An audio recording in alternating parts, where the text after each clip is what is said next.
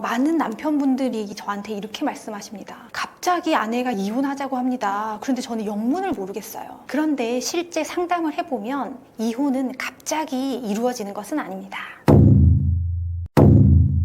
아내들은 이미 오래전부터 마음의 준비를 하고 있었던 경우가 많은데요. 오늘은 여자들이 남편을 포기하는 순간에 관해서 말씀드리도록 하겠습니다. 첫 번째는 남편에게 무시를 당하는 느낌이 오래 지속되는 경우입니다. 예를 들어서 저희 사건 중에 남편이 월 1,000만 원을 벌어다 주지만 나는 이혼하고 싶다라고 하시는 아내분들이 꽤 있습니다. 남편이 자기가 능력 있고 돈 좀 잘 번다고 해서 자기를 인격적으로 존중하지 않는다는 거예요. 그래서 집안에 들어와서는 왕으로 군림하면서 와이프를 부엌대기처럼 취급을 하는 이 생활을 더 이상은 내가 하고 싶지가 않다. 지금부터라도 나는 내 인생을 살겠다라고 결심하는 경우가 많습니다. 두 번째는 자신의 잘못에 관해서 진지하게 사과를 하지 않는 경우입니다. 이게 무슨 얘기냐면 10년, 20년, 30년 결혼 생활을 하다 보면 누구나 실수를 할 수 있고 실패를 경험하기도 합니다. 그런데 예를 들어서 주식으로 돈을 날렸다, 혹은 사업에 실패했다, 혹은 바람을 폈다라는 경우에도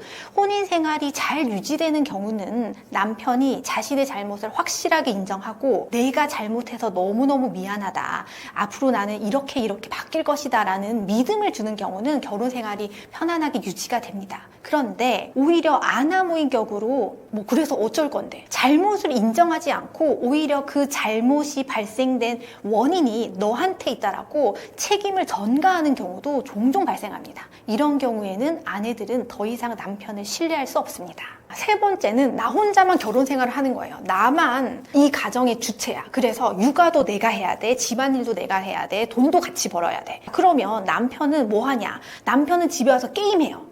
남편 취미활동합니다. 막 골프 치러 다니고 등산 다니고 낚시하러 가서 하세월이고. 그러면 이 아내들은 이 생활을 내가 언제까지 감당할 수 있을까? 나는 지금 이 아이한테만 집중하기에도 버거운데 남편까지 속을 썩이니 아주 이제 미치겠다라는 생각이 드는 거죠. 그러면 아내는 남편을 포기하게 됩니다. 그런데 아내들은 앞서 말씀드린 세 가지를 꾸준히 남편한테 얘기를 했었어요. 여보, 나 지금 이게 힘드니까 나를 도와줘야 돼. 안 그러면 뭐라고 지시라도 했을 거예요. 그런데 남편들은 어느 순간 와이프가 아무 말이 없어. 그러면 괜찮아졌구나. 이제 더 이상 나한테 요구하는 게 없네. 완전 신났다. 이렇게 생각하시면 안 된다는 거예요.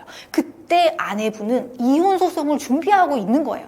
왜냐하면 마음이 더 이상은 이제 없다라고 느끼니까. 그래서 남편들은 소장을 받고 놀라실 이유가 하등 없습니다. 본인이 지난날 살아왔던 아내가 얘기했던 요구사항들을 떠올려 보시면 그래서 그때 내가 말 좀 들을 걸, 이렇게 후회하는 경우가 굉장히 많습니다.